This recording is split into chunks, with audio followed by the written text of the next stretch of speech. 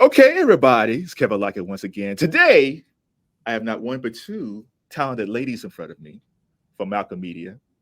We have Jessica McCourt from Malka Media, and we also have Andrea Buccilla. Buccilla. Buccilla. I was so close before we talked. That's fine. And so the reason we're talking to these ladies today is about Shattering Glass, a WNBPA story, which is about the WNBA. Ladies, how are you doing today? We're good. Great. Thanks for having us. Thank you, Kevin. Well, I'm always a supporter of women's basketball. Years ago, I'm in Ohio, so the Cleveland Cavs had the Cleveland Rockers when the league first started. And there you go. she gets it. There you go. And then we lost the Rockers later on. But yeah, I'm a big proponent of women's sports. So thank you for the documentary.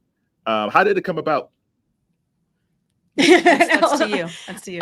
So I had the really great pleasure at my last job of getting to know Terri Jackson, who is the executive director of the WNBPA. And she also happens to be mother to Jaren Jackson Jr., who plays for the Grizzlies. So Terri and I had done a lot of work together. And every time I spoke with Terri, I learned something that I never knew, something that was never available to me about these women. And Terri knows every single one of those 144 women personally and will tell you these facts. And she's just always got them at the ready. And the day that she found out that I was leaving my last job, she called me at 6 o'clock in the morning, LA time, to yell at me and ask me how they lost me and where was I going. And once I got her to calm down a little bit, I explained to her that I was going to this really amazing company called Malka Media. And they were going to basically let me create things that I wanted to create. And I would be able to help tell the story of these women. And I said I wanted her to be my first meeting. And she was my very first week at work. And then I met Dre and I said, you two have to meet. We have to do something with Terri. And that's how it all started 2 years ago. 2 years ago, man. Yeah. So when Andrea, or should I call you Dre? Which one do you like better? Either one. Dre. We could do Dre. Dre's good. Fine. Yeah. So when Jessica told you to meet with Terri, what was that meeting like? Because what I've read, like you gained so much, just like Jessica said, there was so much information that Terri was saying. But what did you get from that meeting? I wasn't super familiar with Terri or the W. As a kid back in the late 90s, I had covered it. But then as our film talks about, it kind of dropped off. And I'm ashamed to say that my viewership and interest dropped off with it. So I Googled Terri, and then I just sat and listened to her throughout the entire conversation. And as she was sharing these intimate stories, like myself as a storyteller, I just had this gut reaction. I said, we have to make a film about this. We have to tell these stories. And what was shocking to me is that someone as powerful and badass as Terri Jackson was like, you'd want to make a documentary? And I was like, of course. Is that a trick question? Powerful women, good stories. Yes, all day. Yes. And she said, okay, well, whatever you need. And of course that was a huge part because of her relationship with Jess. But it's funny because I remember that meeting and I said the term badassery. Yeah. I was like, these women's badassery needs to be put on display. And somehow she'd never heard the term. I did not invent that term, but she cackled laughing, said, I love that. And I think even something as simple as that convinced her that I would do right by the women, right? I viewed them as impressive, powerful women, and that's very important to her. So if you just focus on the WNBA as a documentary, that would have been good enough. But the main focus is about the WNBPA, the labor side of it. Where did that come from? That came from my relationship with Terri, and it came from me working for 20 years in sports and never having worked with anybody from a players association. And it came from me wanting to tell the story of these women from their own perspective. And I think across any sports platform that you go, the league that is the business has their own narrative that they want to tell. And it doesn't always highlight what these women are going through, what those athletes are going through. It could be any league or organization. So for me, telling the true story of who these women are and what they feel with no filters on it and allowing them just to be, it had to come through the Players Association. And Terri, being the head of that, was the shepherd and the steward of that. I think that's one of the things that was great about the doc was the honesty of the ladies. Because I think with the men, the media can kind of twist around what they say, so they talk in a lot of cliches. And the one thing I appreciated was the honesty, as you know, like when JJ was talking about playing overseas. You know, it was like, well, I really don't like going to play. I have to make money, but this is what I have to do. I don't think we will get this from most men's sports, because if they say that, the fans will probably turn against them.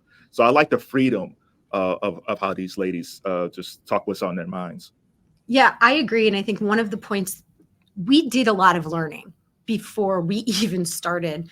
There was a lot of questions that had to be asked. And every time you asked a question, you peeled back another layer. And one of the things in the movie that I'm so proud that Dre really captured so well was there are misperceptions about finances and what really goes on, and being totally transparent and honest about the fact that people tout that you can make $700,000 in that league. You can't do that. It is virtually impossible to get to that level. I think Stewie may be only one of the people that's ever won all of those awards to even get to that level of bonuses. But like, I want to have honest conversations so that people can be aware. And I think my love for the W stemmed from starting and asking those questions and wanting to drill down on the answers and get to know why do these things happen? But even on top of that, it's not, and we talked about this so much. Stewie and I talked about it a lot. Nneka and I then talked about it a lot. And then eventually, you know, JJ, we were having so much fun with. I was like, okay, we have to talk about like the serious, you know, like topics too at some point. Eventually I talked to all three of them and Terri. And the thing that struck me was there's this narrative out in the world, in this country, that W players are broke, that they're not making enough money. And it's not true. Like, these women make money. They are superstars. They live in nice homes. They drive nice cars. Brands are interested in them. The brands who get it are interested in them. But they have this fear, and Nneka puts it well in the film, this fear of solution, this fear that if people find out that they are making really nice livings, and they'll be like, oh, well, then you're good.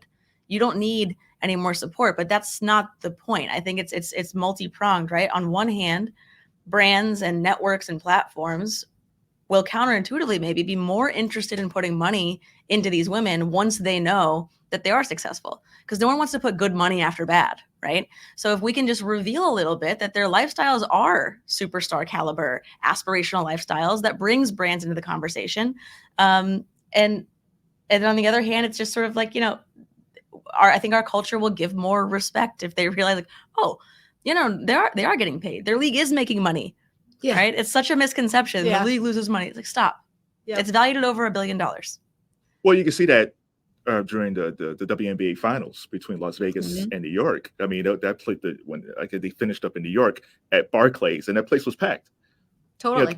You can't say like, well, people are not going to the games. You could just strictly see on TV. It's like, no, there are people who are really interested in this league, and they're showing up paying good money to see a sport that they love.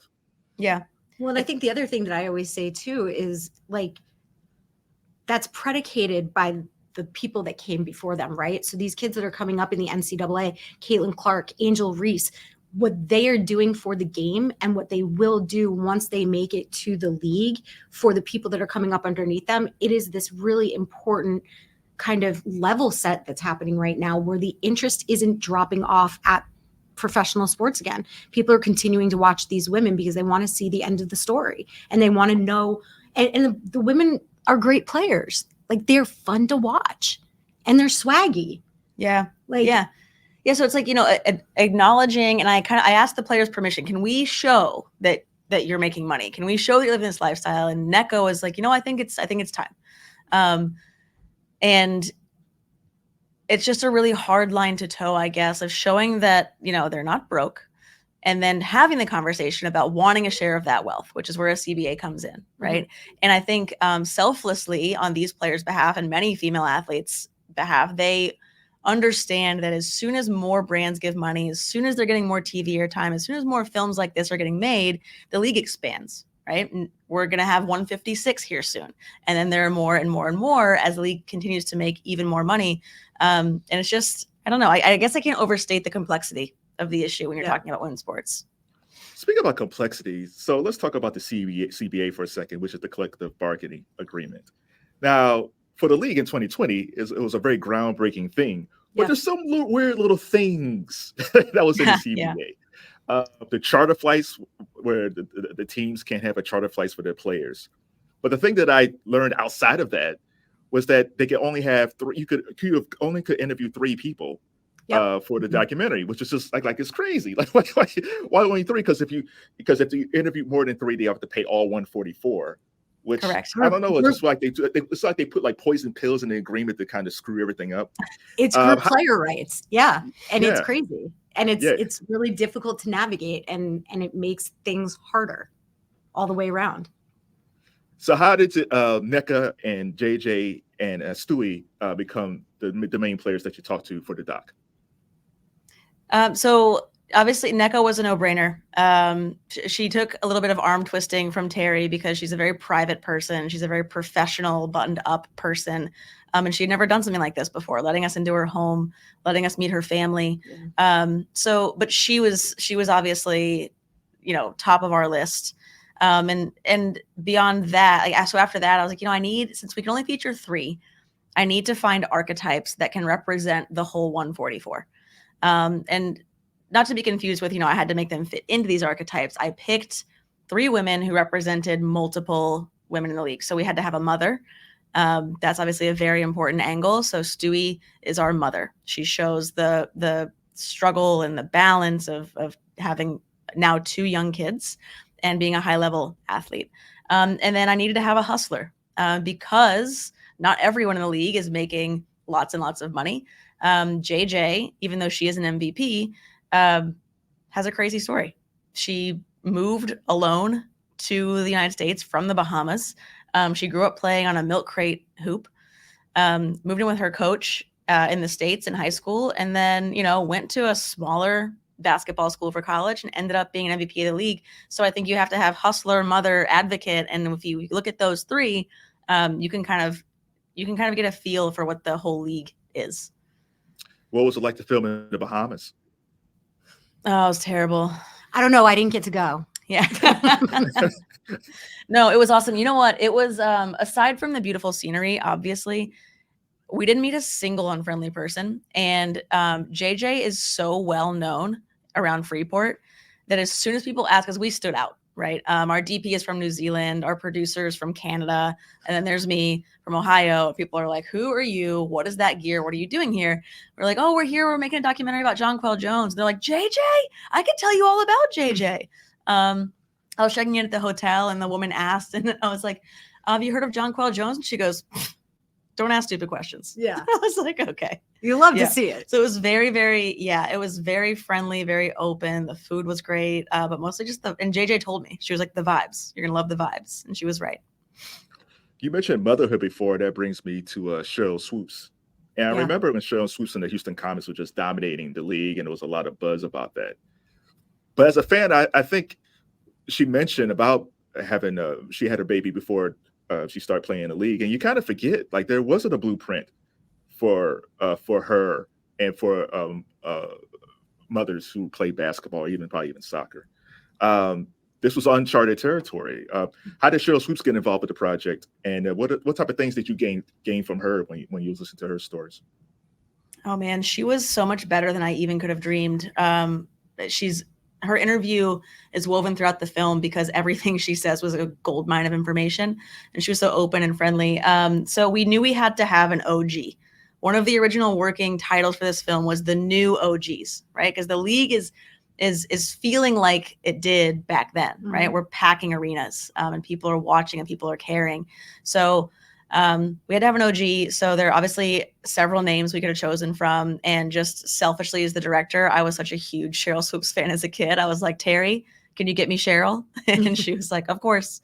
And it was honestly as simple as that. And then it kind of helped that we're going to Houston for Nneka. So Sheryl's in Houston, and then Van Chancellor obviously is in Houston. So even production wise, it was very fortuitous, but yeah, I mean, how do you not get Air Swoopes? Yeah, it was very cool to see Van Chancellor. I haven't seen Van Chancellor in a long time. And I just remember that era and all that buzz. And one thing I did like at the very beginning of the doc, you mentioned like the heights of the league, and then it went down. And sometimes with documentaries, people try to sugarcoat things, but you say, hey, yeah, things did go down for a little bit, but now we're going back up. You didn't tackle that in the doc. I don't think. Was there a reason why the popularity went down? A little bit, but I first want to say that it was important to us to sort of hang a lantern on that and acknowledge it, because I think it gives the women that we featured credibility. Like, they're not unself-aware. They know what people say. Nneka had a great answer at one point. She was like, I don't even respond. I don't give that any space in my brain, but they're not unaware. And then Lindsay Gibbs, the journalist we featured, who was so brilliant and kind and open with her time, she basically explained it was marketing dollars disappearing. Ownership shifted, I think. Do you have the details of that? I mean, it was, for lack of a better word, neglect and not being taken care of. It was, I think, maybe ignorance on the part of the NBA, thinking that once they got the W to a certain point, that it would steamroll and continue without any extra effort. Even though the NBA didn't do that. Like, it took the NBA longer to get to where the W is. I'm not trying to say anything, whatever. Right, let me back that down a little bit. Sure, sorry. No, I really do. I think that there was no standard for this kind of women's league at that point, and they were running it like a men's league, and it didn't work. And I think that's always inherently been my issue, is collective bargaining agreements exist across every single league. The NFL has one, the MLB has one, the NHL, they all have them. And you cannot take a NBA CBA and mirror it to a league that is, how much younger is the W than 80 years younger than, the W is still in its infancy. It's only 27. The NBA, when the NBA was 27, was not the NBA of today. It was not this NBA. So I think what we have to do is allow the women that are in the league today to rewrite the way that they want the league to run. And I think that there are some issues because there are not enough players in front office positions in the W. I remember when the league started, the NBA seemed to be heavily involved. Yeah. But is the NBA still involved with the NBA? Because sometimes it don't feel like it's the same. They don't have the same type of partnership. I'm sure they are, but it just don't feel like it was. No, they are. They're in the same offices. The league offices are the same. But on the flip side of that coin, the NBPA and the WNBPA are in the same offices. So the league kind of sits over here, but both the men's and the women's players associations also sit over here. And they were very gracious and very generous to roll out literally the purple carpet for us for our premiere on Monday. We hosted it at the NBPA headquarters in New York City. So yeah, they're all still very much brother, sister, still together. But the footage licensing, negotiations were going through the NBA for the film and all of that. Yeah. Nneka said something. She said, you must lead by listening. Andrea, what did you learn by being a leader of directing this piece? What did you learn by listening? Oh man, what a good question. Yes, you first. Well, one thing I kind of already touched on, which is that I was just kind of, when I went to All-Star Weekend in Las Vegas, Jess was out there with us too. I was just sort of like awestruck by their star power. So that was really fun to see. And then I learned a lot. I learned a lot about agents and sort of like how to handle those relationships. I learned a lot about storytelling. You can't force. The film is so different than what we originally set out to make, but that's art. Like, you have to just let, especially when you have that many powerful subjects, you have to let them sort of like give you what they want to give you. And of course I pushed here and there. If they didn't give a clear answer, or I knew I was trying to get to something, or if we had talked about something off camera and I wanted them to say it on camera, I was willing to push. But ultimately, I think what I learned as a storyteller and a filmmaker was as long as you allow your subjects to be authentic and you are coming in with good intentions, like, you can make something beautiful. So, in post-production, that makes it harder. My co-writer and story producer, Anthony Sarney, like, we spent hours and hours and hours going through transcripts and making sure that our story structure and our arcs for each player made sense and were cohesive. It's a lot of different characters. to fit into one film. So I want you to say what you said last night or tonight at the about premiere. perfection. Yeah, Oh, because I man. think it's a really good. I think you and I. Yeah. You say that, and I'll say why I think it was Okay. important. I also Monica McNutt asked me if I had advice for anyone in the room at the premiere, which was stressful because that was an impressive room of people. And I said that I realized, well, it's a saying, right? Don't let perfection be the enemy of good. And I felt so much pressure to make this perfect. It's my first feature film. It's the PA's first feature film. It's Malka's first original film. And I felt so much pressure to make it perfect, or I was afraid we wouldn't get another chance. These, female athletes wouldn't get another chance. I wouldn't get another chance. Jess wouldn't get the EP again. And I realized that was foolish. Very few things are perfect. And as a step one, just getting these women's stories out is enough. And I don't think with the people around me, there was any chance we were going to make anything terrible. No, but it's not perfect, and that's okay. No, it's fine. I like the production of it. The one thing is, it was it's only a little bit over an hour, hour and a half, maybe 74 minutes. Yeah. Say 74 minutes. So it's packed full. You get a lot in it, right? If there's a family aspect to it, there's the player aspect to it. It's the surprising labor part of it. Mm-hmm. And I would say that, if some guys are I don't want to watch this WNBA. Okay, fine. If you don't like women's sports, okay. But watch it from the union part of it. Because we're all the union part of it, the collective bargaining part of it. I think that the one thing there's a lot of great things about the doc, but the greatest thing is we get inside the meetings. Mm-hmm. For the NBA's Play Association, NFL, we're not inside the meetings. We hear about the meetings. We never. So the ability of letting you guys film it, and it wasn't everything, but just to be in the meetings and hear them talk about, hey, we need to talk about travel. We need to talk about pensions. These are things that we hear after the fact. That just actually hearing this from the athletes themselves is very special. I totally agree with you. And I think, again, that was the part of telling the story from the Players Association perspective that made me know that this was going to work. And the intention behind this movie, and I've said this from the very, very beginning, is this movie needs to be seen. I don't want this to go on some platform where it's going to be below the fold. You have to scroll 3 times to get to it, and it's just going to be buried and nobody's going to watch it. I wanted to sing this messaging from the rooftops because I knew if it was something that made me question and made me think, it would make others do that too. And if people have this misperception of what the W is and whether it's fun to watch or, exactly what you're just saying, Kevin, then let's get them with the business part of it. Let's get them hooked in and invested into wait, why can't they charter flights? What do you mean Joe Tsai was fined $500,000 during COVID because he chartered a flight for the health and safety of his players? None of that made sense to me at all. And if I'm that interested, I can get other people interested. And she was the right one to tell that story. Yeah, I always say, Kevin, it's for people with a high sports IQ. Yeah. Because if we follow sports, we've heard CBA. But understanding the intricacies of it is something I didn't know anything about. And I think that the WNBA as a product is for people with high sports IQ. Yeah. Speaking about platforms, let's get a shout out to Tubi. Shattered Glass is on Tubi. I was watching football over the weekend, and multiple times I saw commercials for Shattered Glass. How did Tubi get involved with this documentary? Oh my gosh. So I was the business side of this whole operation and trying to make this movie go from the jump, and raising funds and finding distribution were my 2 biggest responsibilities.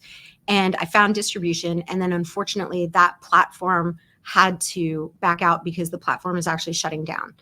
And I said at the premiere, that was probably the hardest week of my life. I cried a lot that week because I thought I didn't want to be the one to drop the ball on this. We were so far down the road that for that to happen at that moment. And one of my friends in Los Angeles. To paint the picture and do some storytelling for a bit, we were deep into production at this point. Deep. So that week, I'm on the road. We're in different time zones, and we're on the phone till 1 a.m, just giving each other virtual hugs, trying to what are we going to do? We did. And this is the whole, we had to pivot so many times, and we could not be too rigid or we would break. We had to go. This movie was going to be what it was going to be, and we had to go in that direction, and we couldn't be the things to stop it. So I had a friend of mine in Los Angeles who we have a mutual friend who happens to be Nicole Parlapiano, who is the CMO of Tubi. And she is the most wonderful human being on the planet, because she got on the phone and she said, I want this movie. Tubi is an emerging platform. We are investing into sports, and I want to tell this story. And Terri Jackson and I were just on, we just got interviewed for Ad Week, and we were telling the story from the business perspective. And we would all get on the phone with each other at different points, sometimes the three of us together, sometimes just Terri and I. And I remember Terri saying to me, they want us. They want us, and I want to be wanted because we deserve to be wanted. And that, for me, from that second forward, the love that Nicole put into helping us and advocating for us and getting, it went all the way up to Lachlan Murdoch at Fox to approve those football ads. It to air in the AFC Championship and Divisional Championship. It's unheard of that a women's documentary would get that kind of exposure. And we are so lucky to have her. And she came in at the right minute where a lot of us felt like we were at the breaking point. And she really saved the movie, and didn't just save it. She blew it out of the water. Yeah. So shout out to Nicole. Shout out to How Nicole. close was it to shutting down? Like, were you close to shutting down? Never. Well, let's be very clear about how that stubbornness that is in this room right now. It was never going to shut down, but we might have gotten in trouble with our bosses for that, but we weren't going to. We were too far in. We couldn't shut it down. No. Which made me terrified. Yeah. That was the most scared I've ever been, is like, how. I suppose there's a world in which, you convince the bosses to let you finish it, and then you send it on the festival circuit, and then you hope it gets bought out of that, which is a way that a lot of films get picked up. But it was important to us because it's a very timely story. Yeah. So you can't, have a film where the runner throughout is a CBA meeting that happened at the end of 2023, and then have to wait until next year's festival circuit. It's just, it had to happen. And Jess McCourt did what Jess McCourt does and figured it out and connected with Nicole. I can say now I wasn't worried, right? I wasn't worried. I wish you had said it to me then. That's a lot of confidence. So what was the shooting schedule like? Because you don't want to be intrusive, because they still got to play, they got to practice, they got their families. So what was the shooting schedule like? Because it went from, what was it started like beginning of season. I think training camp it ended like in October, I think, of 2023. Yes. Yeah. Yep. You've done your research, Kevin. I really appreciate that. You don't want to be intrusive, but that's a hard thing about being a documentary director, is you do have to push those boundaries a bit and push people outside of their comfort zones. Because there were a few times when we were calling agents and we're like, hey, we need more shoot days. I know that they're busy. They don't have to do anything different. We just want to be fly on the wall. Nothing is staged, which is a documentary, not a narrative feature. So we pushed a little bit. So shooting schedule sometimes was planned in advance. Things like All-Star Weekend were planned in advance. And then other times, we would get a message and they'd say, hey, on Tuesday in 3 days, they're going to be doing this. You guys want to come? We're like, yep, sure. So we were just sort of like always on call, which was fun. It was a grind, but I look back and it was fun. Yeah. And one of the things that, our relationship is so great because we trust and respect each other. And her job when I was trying to fund this movie was to support me. My job when she was trying to make this movie was to protect her calendar, protect her time, because we work at a company where we don't just do one thing. We shoot commercials all day long. We shoot podcasts all day long. Like, there is a need for her to do her job. And it was up to me to make sure that she had the space that she needed to be creative and not feel like she was being pulled in different directions. Yeah. I asked this question before to Andrea. I'll go back around and ask you this about the Nneka quote. What did you learn as a leader by listening after you saw, because it was initially your idea, Jessica. How was it after you saw everything put together, or even like the rough cut? Like, what was your thoughts from the idea that you can conceive to what you saw at the end? I felt and tell me if I'm wrong, but for the majority of the last 2 years, I've felt the weight of the world on my shoulders because I was always chasing the money and buying us enough time so that she didn't have to stop working. And it was really hard. It was probably the hardest thing that I've ever had to do. And I had to even in the times when I didn't have confidence in myself, I had to find it and I had to muster it up and I had to do it on behalf of these other people. And so I had a lot of anxiety because I didn't sign the last Tubi contract until the end of December. I was signing contracts until December. We didn't sign the official licensing contract until The morning of the the premiere. morning of the premiere. So like my job for 2 years has been chasing, and it took a lot out of me. And Dre was in the office and we were sitting over there. We were editing. Yeah. They were editing, like live editing. We had two of the guys were with us, I think Brad and Anthony. And she called me over and she said, I want you to come watch this. And it was the voiceover that Holly Rowe wound up doing. And it was that little like 2-minute segment. And it was the first thing that I'd seen of the film. And I burst into tears. I think I let all of that emotion out. She had to hold me so tight because I thought I was going to pass out. And it was a relief. It was pride. It was every emotion that you could possibly imagine coming out. And I am so proud of what we've all done and how we never gave up. And I have learned to gracefully lean on other people, which has never been a strong suit of mine because I always want to be the one that people can lean on. And you have been so wonderful. Terri has been so wonderful. And I've just found that I don't have to always be the one that breaks. I can depend on other people and they're going to be there for me. So for people who might be they might see a shattered glass, like, oh, I want to do something like that. I don't want to put you in a stressful spot again. I know. but what's involved in trying to find money and try to keep this thing going while you let the talent create and film? And it's like, I don't want you guys to worry about it. We'll handle it. What should people think about? Yeah. It's crazy because I learned so much about what it takes to make a movie. I've never EP'd a film before, but I'm a damn good salesperson and I will find that money. Like I'm not even, we were never worried about me finding the money. I got a little worried about the distribution, but basically what it entailed was, I spent a lot of years at Rock Nation and I represented a lot of artists and athletes there. And I developed these relationships. The first person I reached out to was my friend Allison at Puma. And I knew that Puma I had done so much social justice reform work with them when I was at Rock Nation around the hashtag reform platform and Meek Mill. And I really loved working with them. But what I knew in my head was that this was not, I worked at Sports Illustrated. This was not the Sports Illustrated easy sell where everybody's just going to give you money. This was a sell that we had to find brands that wanted to stand for something. And not only wanted to stand for something, but would be willing to fund it without a guarantee of a lot in return.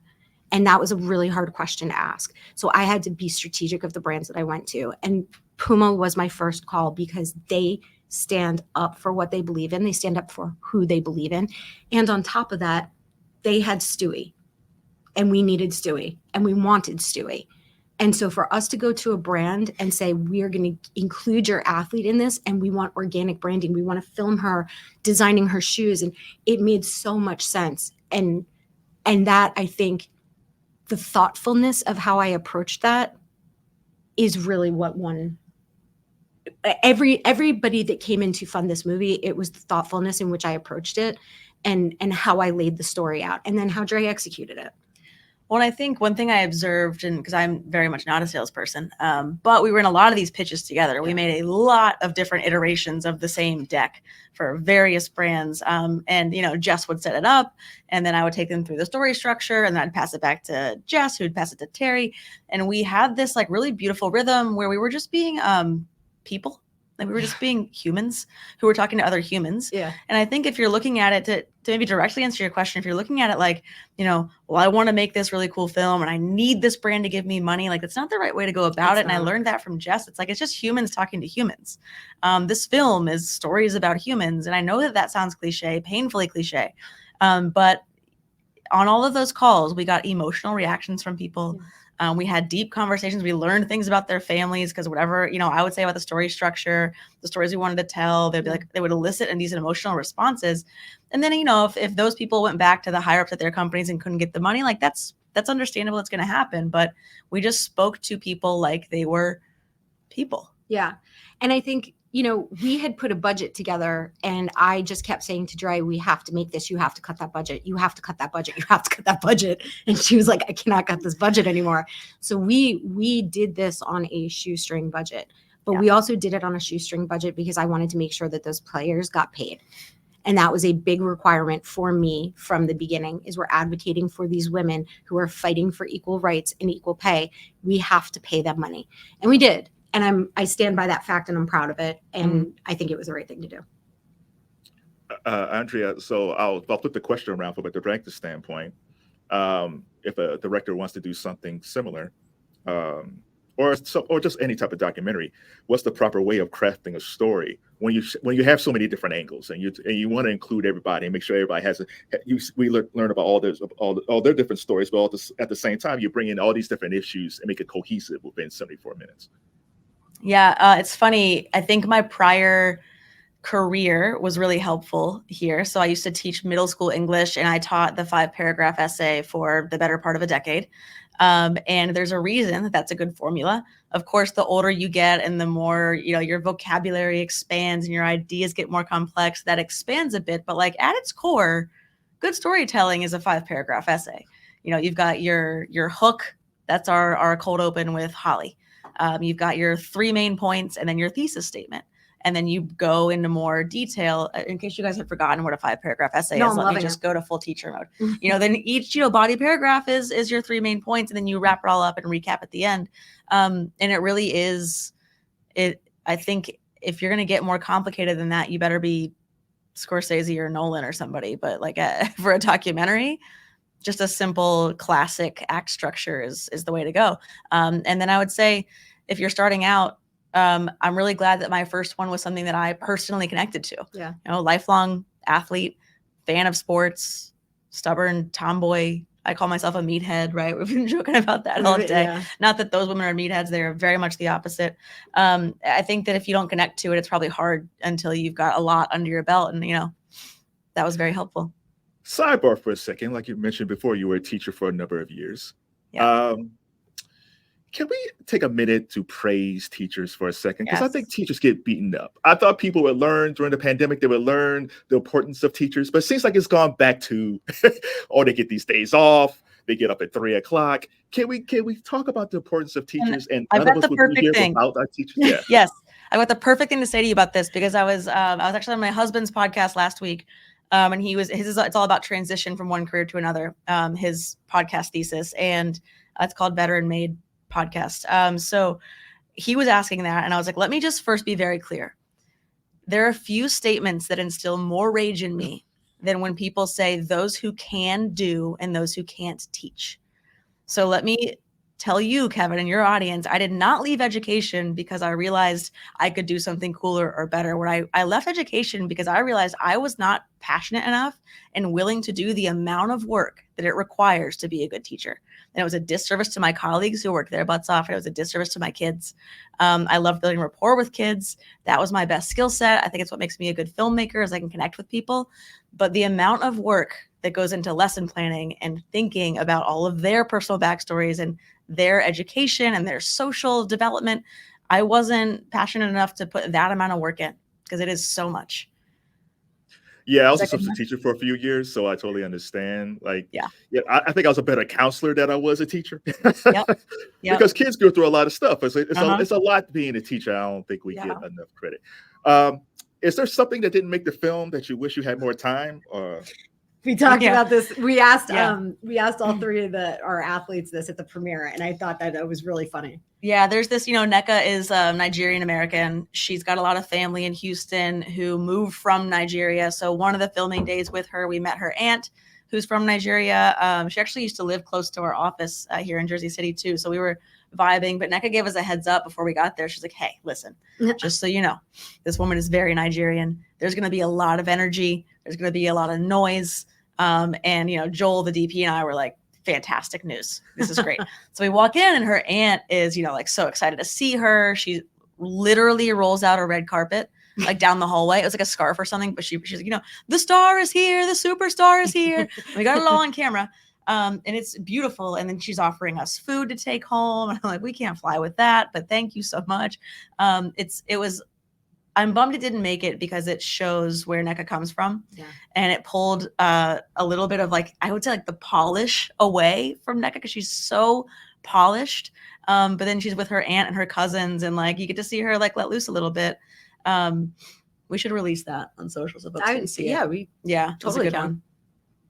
I thought I knew what a baller was, but Jaren Jackson Jr. set me straight. I thought I knew. I was like, oh, I know what a baller is. No. What would you have said? I just said like someone that has a lot of confidence, very cool. I think it was kind of what the same way, but he was so just like, no, this is what a baller is. I was like, I am not even that cool. Handles. Yeah, he was like the coolest dude. I was like, I'm not that cool.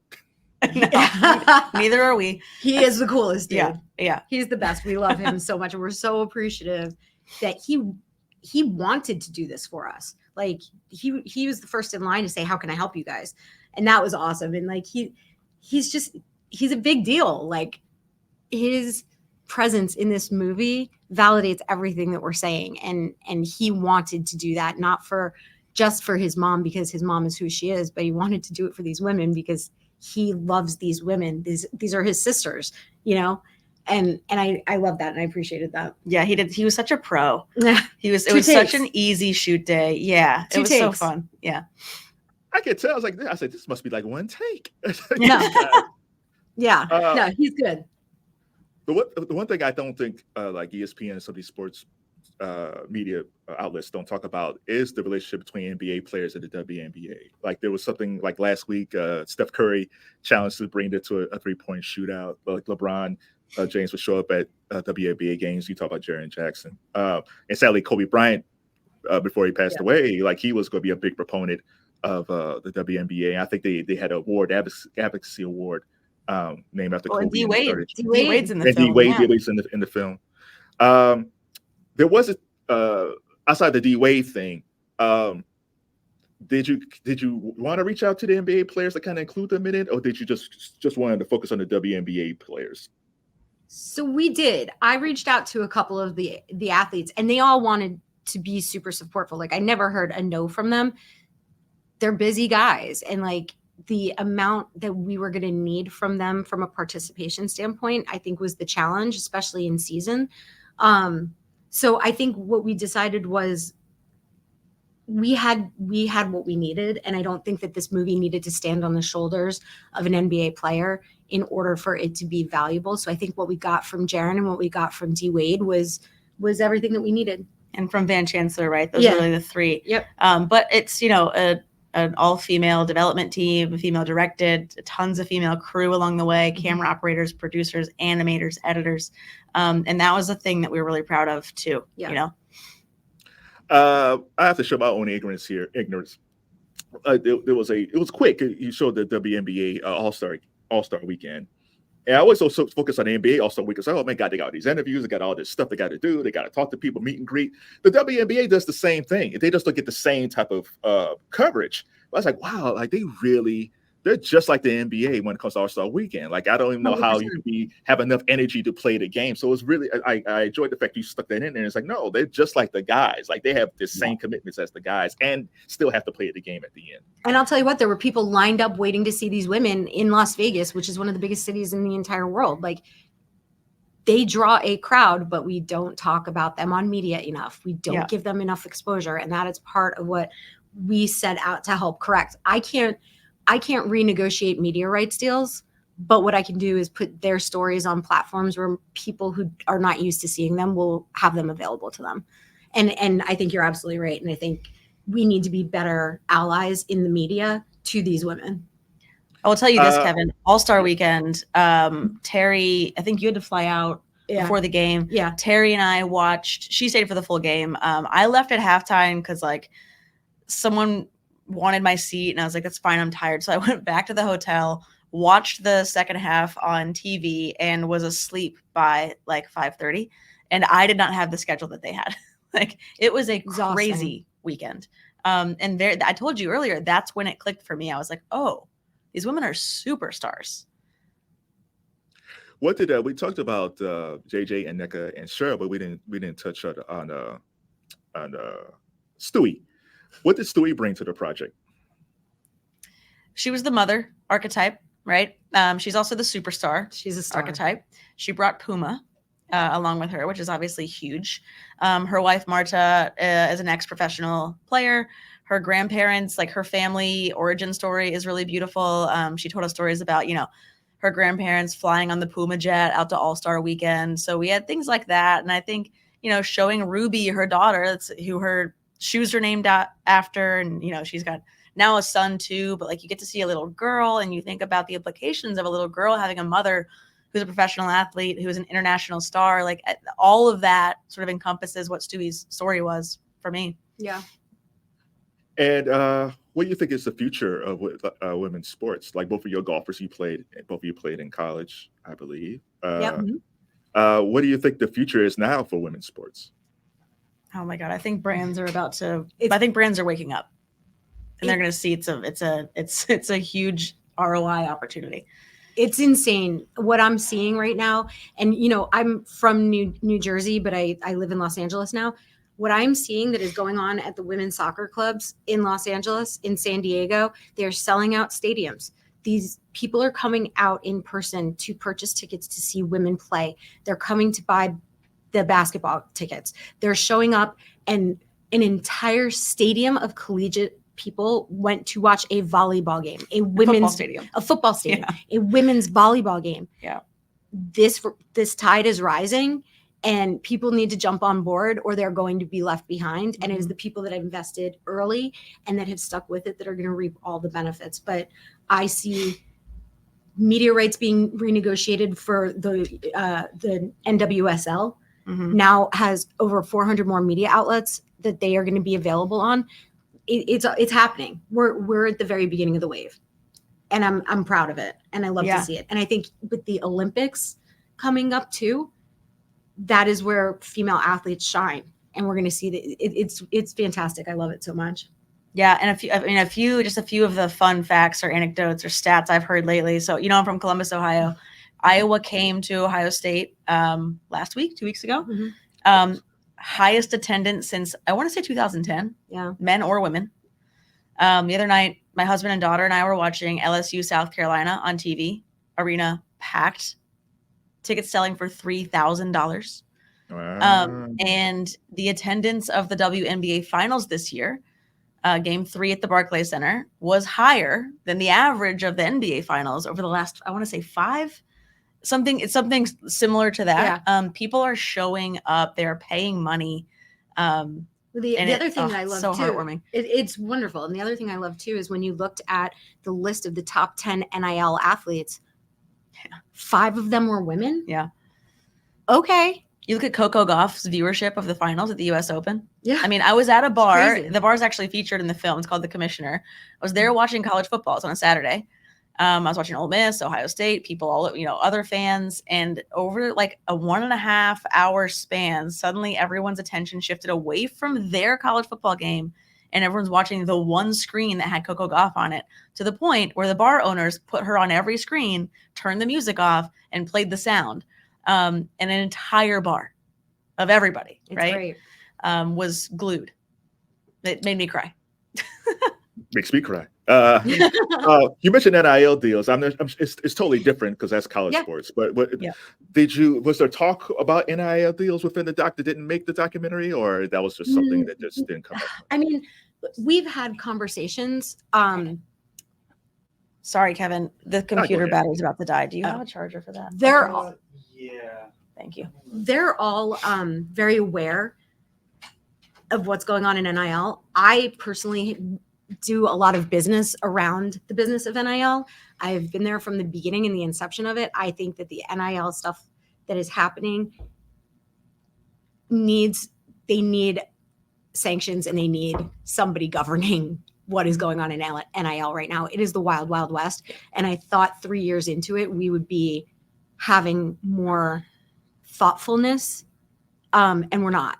And I think that especially with the men's sports, they're crossing lines, and I think there needs to be sanctions. I think the NCAA should have stepped in already and figured out how to kind of get people in order. But I do think for women athletes, it is so important to see brands like Nike or brands like Adidas supporting these women in college. And, you know, I want to see that keep happening. What type of I really things just think about, Kevin, I really just think about how much money I could have made in college giving frat boys golf lessons had I been allowed to do so. You know what the other thing too is, like from my marketing Thank you, thank you, Brandon. From my marketing and my business brain, wait, what was I just gonna say? I totally got Frat boys and golf lessons. I don't know what their connection was. Yeah, no, I totally know what I was gonna say. From my marketing and my business brain, the most interesting thing to me, because I have represented NFL players, I have represented college football players, I have represented basketball players. Boys are not good at social media. They don't care about it. They don't nurture their audiences. They know they have to have it, and they usually have somebody else running it, and that person's usually me. And that's cool.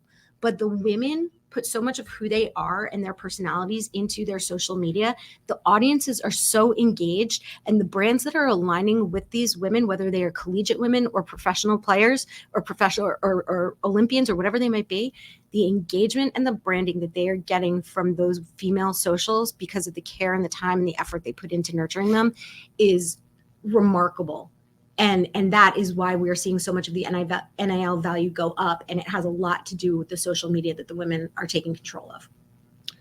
So I'm an older boy, not that young boy anymore. So what type? What should guys do to get? Because I said guys just post things, but like I said, there's the engagement part of it. I think guys feel, I engage with my audience, but like I said, women engage even more. What can guys learn? So women? Yeah, I represented Josh Hart when he was playing on the Lakers, right? And I was at Rock Nation. Josh was on the team. It was before LeBron got to the Lakers. Josh was on the team, and it was all of those young kids. It was Lonzo Ball, and it was like that whole crew, and they were all the same age. They had come out of pretty much the same draft class, give or take, I think. And they're all the same type of player playing on a team that has a massive spotlight on it. The difference is some of them had millions of followers. Josh didn't. And Josh came to me and he said, what do I need to do? And I was like, you have to stop posting pictures of you in your basketball uniform. You need to start showing people who you are. You're so funny. And you like Mike and Ike's. You eat Mike and Ike's before every single game. Like, let's go to the Mike and Ike's facility. I'll get us a tour of the candy thing. Start posting stuff. Like, let's do branding ads with Mike and Ike's. You don't have to get the same deals that these other guys are getting. Like, you're not Kyle Kuzma. He's got millions of followers, and that's cool. Be who you are and find your personality. And he gained, in the time that I represented him, he gained hundreds of thousands of followers and had bigger brand deals with different types of brands because those brands saw the value in his engagement. He started doing all of these gaming deals. I got him a deal with Turtle Beach, the gaming headset, and it was fantastic. And you have to be confident that if you show an audience who you are, they're going to like you for you, and they're going to keep coming back for you. Jessica, you should really write a book. For real. God, I didn't know any of that. I didn't know. I was like, oh yeah, what is that again? Oh, okay. Can we find me a ghostwriter? I'm too busy to write a book. Yeah. You know, people in LA and New York, you should figure that out. Do you want to sort of think when she was talking though, and we've had this conversation and we've talked around it, I think, for the last 2 years, is this idea that there's like not enough out there for everybody. Yes. That like women's sports are, want to steal the men's money, or the, viewers aren't going to have room in their lives for both, and brands aren't going to be able to sponsor men and women. It's like so not true. I know. Like what she just described is the evidence that is not true. It's not true. Andrea, the same question, but in reverse. What would you tell filmmakers if they're trying to get a project out there and promote their project? Because there's so many people making films, great films, but sometimes you don't get the buzz, you don't make it to Sundance. But it's great. What advice would you give people if they want to get? Find you a Jess McCourt. You just stole my line. Yo, it was going to be so much funnier when I said it.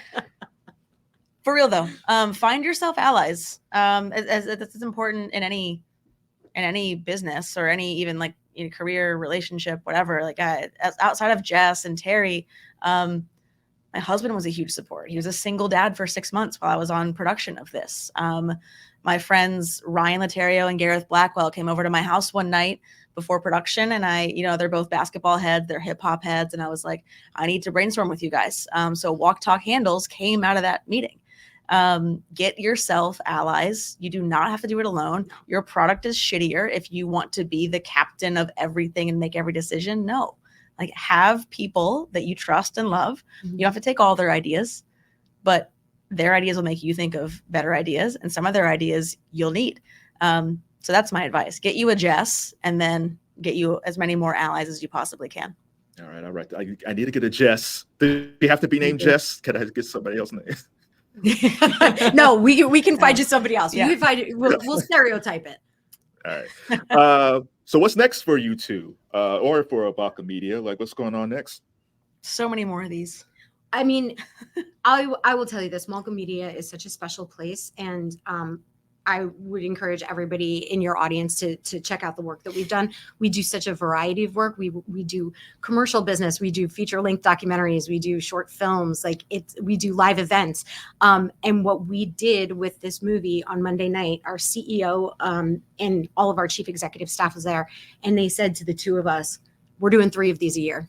So the game plan for us, because this was our first one, was to prove ourselves to Malka and prove that we know what we're doing, and that movie might be over, but this is just starting. Yeah. And we just need to go to Mexico for 10 days and then come back fresh. We know what we're doing a bit more now. We did not know. I didn't know what we were doing, but I don't know. I think if with the right amount of stubbornness and passion and ignorance, some combo of ignorance and arrogance, you can figure out just about anything. So now we know the blueprint a little bit and want to make so many more. I will tell you, I see golf in our future. Yeah, obviously.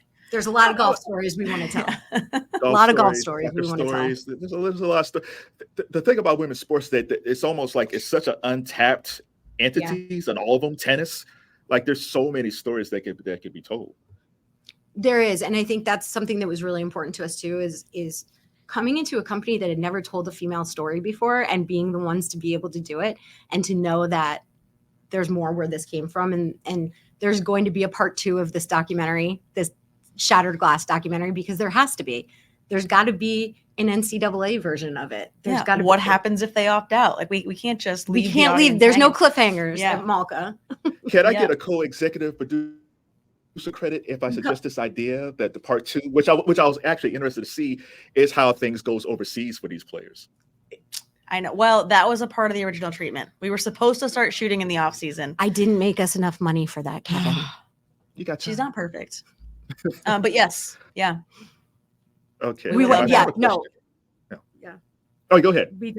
No, I was just going to say the overseas part of the story, because we scratched the surface with that of the why they go, where they go. The BG story, the Brittany Griner story of the safety issues. There's so much to unpack. That is its own movie in itself.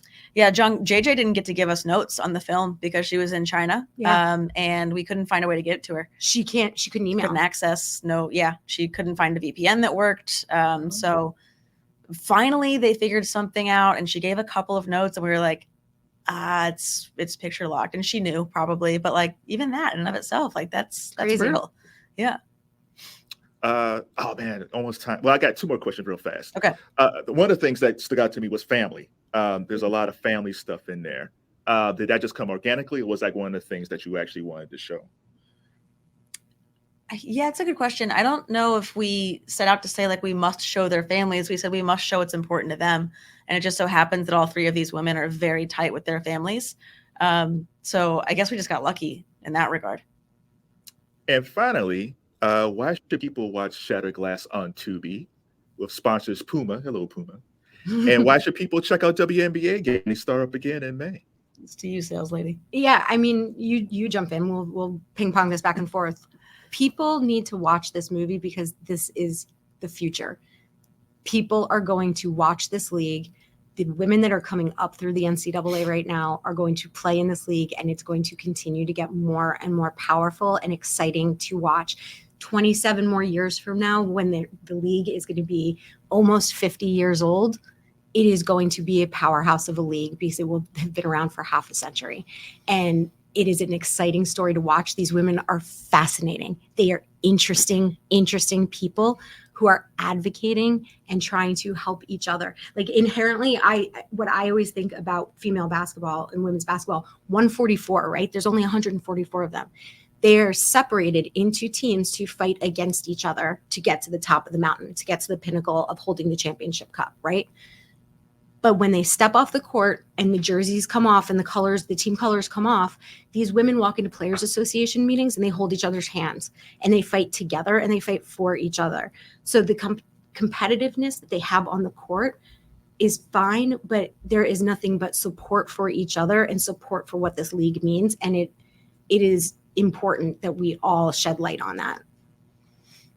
All right. Yep. The only thing I would add, Kevin, is anecdotally, I come from a big sports family, and I can't tell you how many of the men in my family were judgy about this project. Same. Like, oh, nobody cares. Why are you doing that? And obviously, I'm the connection. I'm the reason that they gave it a chance. So if this podcast is the reason someone gives it a chance, or if they saw our ads during, the Fox NFL games and stuff like that, one reason to watch it has proven to be enough with the men in my life. And these are big, like I said earlier, high sports IQ men, watched one game and they were like, whoa, this is good ball. I'm like, yeah, you're damn right. Ballers. Yes. Yeah. Yeah. It's crazy to me just because like my grandmother would watch sports all the time. My mom and my dad would watch sports all the time. So I never had that thing about, oh no, like, I'm not going to watch women's sports. And even when I was in school, like the girls beat me in basketball all the time. I wasn't that good, but it was always better than me. So I can't criticize them. Who did they train against? Men. They train against former college basketball players. That's who play the professional women. Yeah. So just give it a shot. Give it a shot. Jessica McCourt, one of the executive producers of Shattering Glass. Andrea Buccilla. Yeah. The director of Shattering Glass. Thank you, ladies, for the conversation. I never had two ladies in my pod before, so I enjoyed the conversation. I hope I treated you well. This was wonderful, Kevin. Thank you for having us. We appreciate you so much, and we appreciate your support of the movie. And thank you for your attention to it. All right, and thanks for the conversation. You got it. Back at you. Thanks.